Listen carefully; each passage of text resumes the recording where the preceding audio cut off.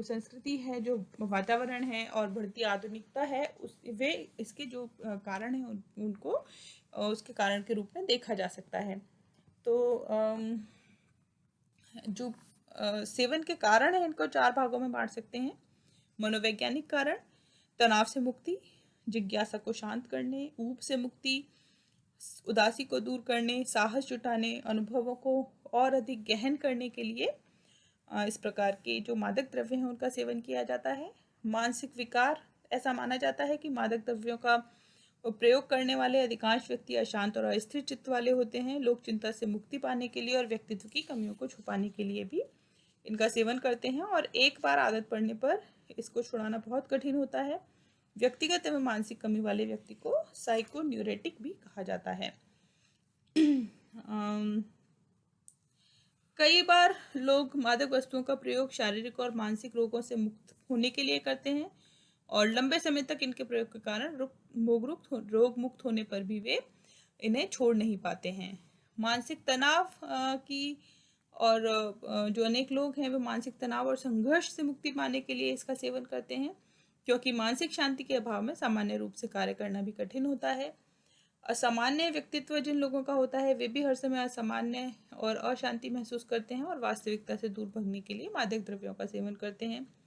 सामाजिक कारण हमें देखने के लिए मिलते हैं। सामाजिक उत्सव मनाने, मित्रों द्वारा स्वीकार किए जाने, मित्र मंडली में बैठने, सामाजिक मूल्यों को चुनौती देने, परिवार के सदस्यों का अनुकरण इत्यादि कारणों से भी लोग मादक द्रव्य का सेवन करते हैं। चेतन रहने, यौन अनुभव में वृद्धि करने, दर्द निवारण और निद्रा लाने के लिए भी लोग मादक द्रव्य का सेवन करते हैं। इसके अतिरिक्त कुछ अन्य कारण भी हैं, जैसे अध्ययन में प्रगति लाने, धार्मिक अंतर्दृष्टि को तेज करने, स्वयं की समझ में वृद्धि करने, व्यक्तिगत समस्याओं के समाधान इत्यादि के लिए भी जो नशीली दवाएं हैं इनका सेवन किया जाता है लोगों के द्वारा।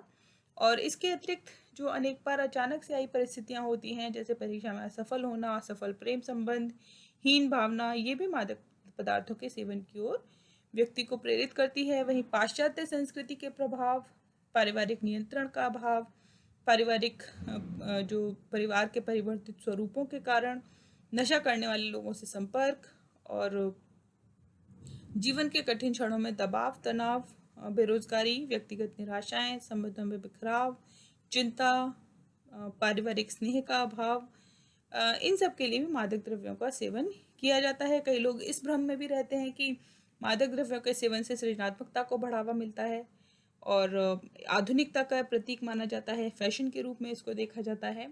औद्योगिकरण, नगरीकरण ने मानव के सामने अनेक परेशानियां, चिंताएं उत्पन्न की हैं, और अधिकाधिक संपन्न बनने हेतु भी कई लोग चोरी छिपे इसका व्यापार करते हैं, इनके प्रयोग को बढ़ावा देते हैं।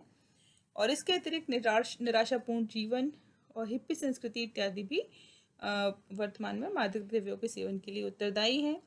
ये जो द्रव्य हैं ये शरीर में पहुंचकर अनेक रासायनिक परिवर्तन करते हैं और शरीर में इनके प्रयोग की आवश्यकता को बढ़ाते हैं, पैदा करते हैं, और रासायनिक संतुलन को बनाए रखने के लिए धीरे धीरे इनका प्रयोग आवश्यक हो जाता है और एक आदत का रूप ले लेता है। और इनके अभाव में व्यक्ति सामान्य रूप से भी एक जो जनरल काम होते हैं उनको करने में भी अपने आप को असमर्थ महसूस करता है।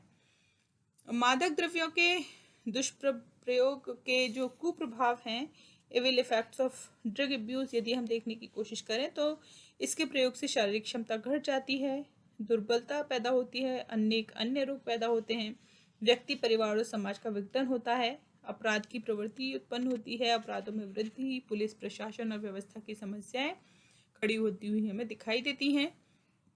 और इसके जो दुष्प्रभाव हैं उनको अलग अलग प्रकार से देखा जा सकता है। फिजिकल इफेक्ट के रूप में दिखाई देते हैं। लंबे समय तक अधिक मात्रा में नशीली दवाएं पीने से गैस, जिगर, जो लीवर से रिलेटेड प्रॉब्लम्स, गठिया, बेहोशी इत्यादि बीमारियां पनपती हैं। मस्तिष्क के तंतु निर्जीव हो जाते हैं और अधिक संख्या में तंतुओं के नष्ट होने के कारण चक्कर इत्यादि आने लगते हैं, और ऐसे व्यक्ति की जो रोगों के कीटाणुओं से मुकाबला करने या इम्यूनिटी सिस्टम जो है वो उसका वीक हो जाता है। गठिया, चर्म रोग, हृदय रोग, अपच, आँख के रोग इत्यादि भी पनपने लगते हैं।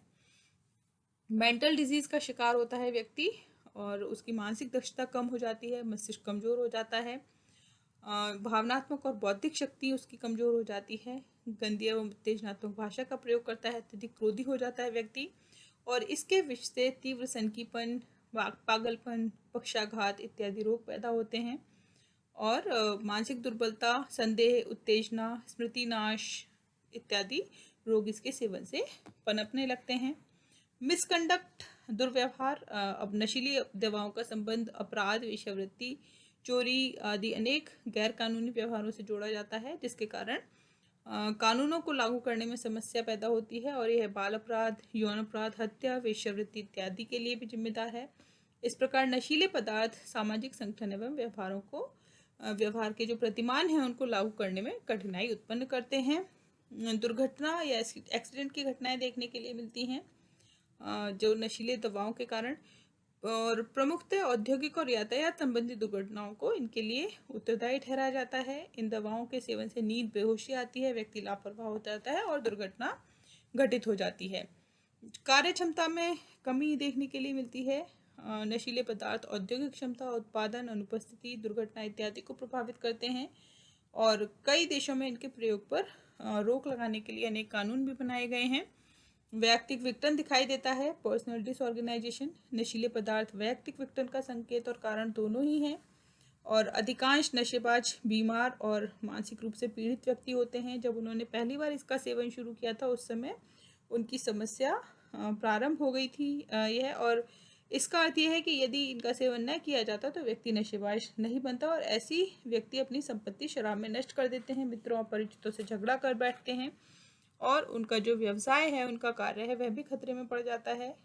और ऐसे व्यक्ति सामान्य प्रकार का जीवन, सामाजिक अनुकूलन करने में असमर्थ रहते हैं, सामाजिक प्रतिमानों की अवहेलना करते हैं, प्राथमिक संबंध स्थापित करने, सामाजिक स्थितियों से संतुलन बिठाने में वे असमर्थ होते हैं।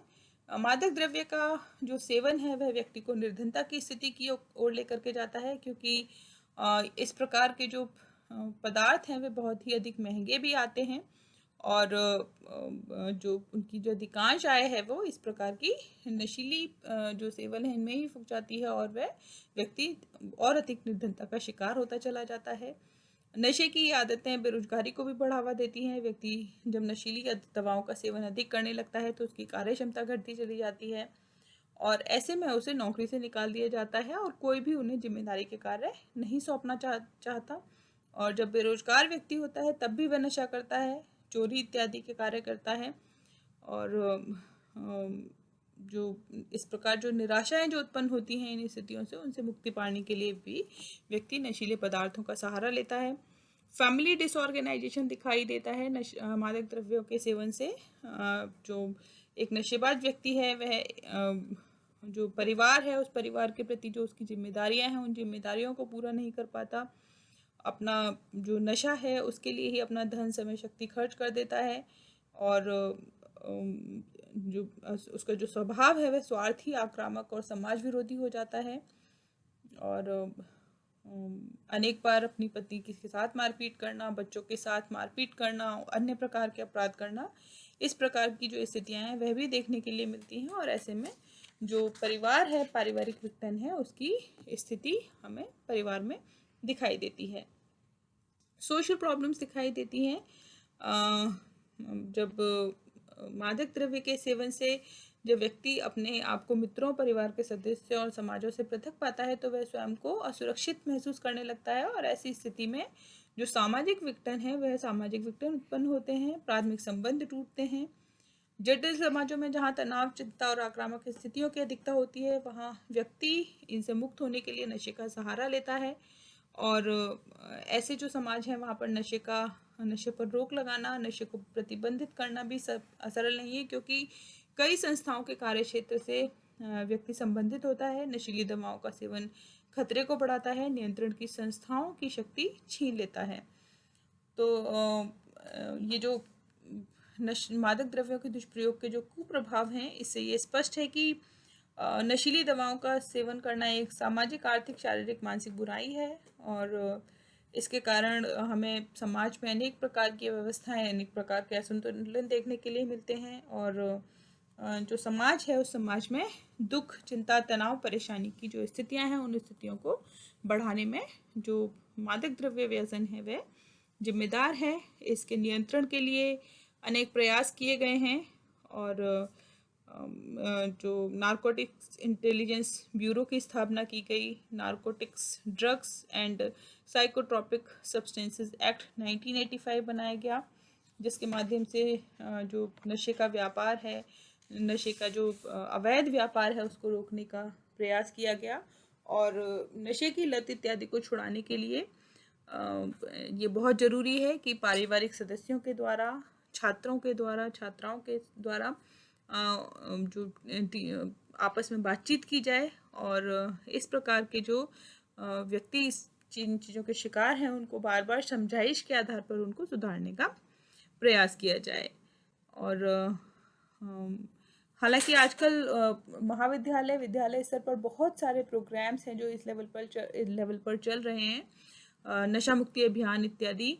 और महाविद्यालय में भी जैसे कमिटीज़ वगैरह इससे रिलेटेड बनाई जाती हैं और उसके अंतर्गत विभिन्न प्रकार की प्रतियोगिताएं आयोजित की जाती हैं ताकि अधिकाधिक छात्राओं को इसके लिए जागरूक बनाया जाए, ताकि वे अपने परिवार और अपने आसपास के वातावरण में इस प्रकार की स्थितियों को जब देखें तो वह वहाँ पर इन चीज़ों का और अधिक प्रचार प्रसार करें कि किस प्रकार से ये जो मादक द्रव्य सेवन है यह परिवार के लिए, समाज के लिए हानिकारक है। तो ये प्रयास किए जा रहे हैं लगातार, लेकिन फिर भी हमें स्वयं को ये समझना होगा कि इन वस्तुओं का सेवन हमारे स्वास्थ्य के लिए, हमारे परिवार के सदस्यों के लिए हानिकारक है। और जब व्यक्ति इस प्रकार की वस्तुओं का सेवन करता है तो वह सेवन न केवल उस व्यक्ति को नुकसान पहुंचाता है बल्कि उसका पूरा परिवार उस प्रकार का जो नशे का शिकार बनता है उसके चपेट में आता है और जो दुष्प्रभाव है उसके वे सभी को प्रभावित करते हैं। तो यह समझना हमें आवश्यक है और हमारे आसपास के जो लोग हैं उनको भी समझाना जरूरी है। तो आज के लिए हम इतना ही करेंगे, इससे आगे का हम नेक्स्ट क्लास में करेंगे। Thank you.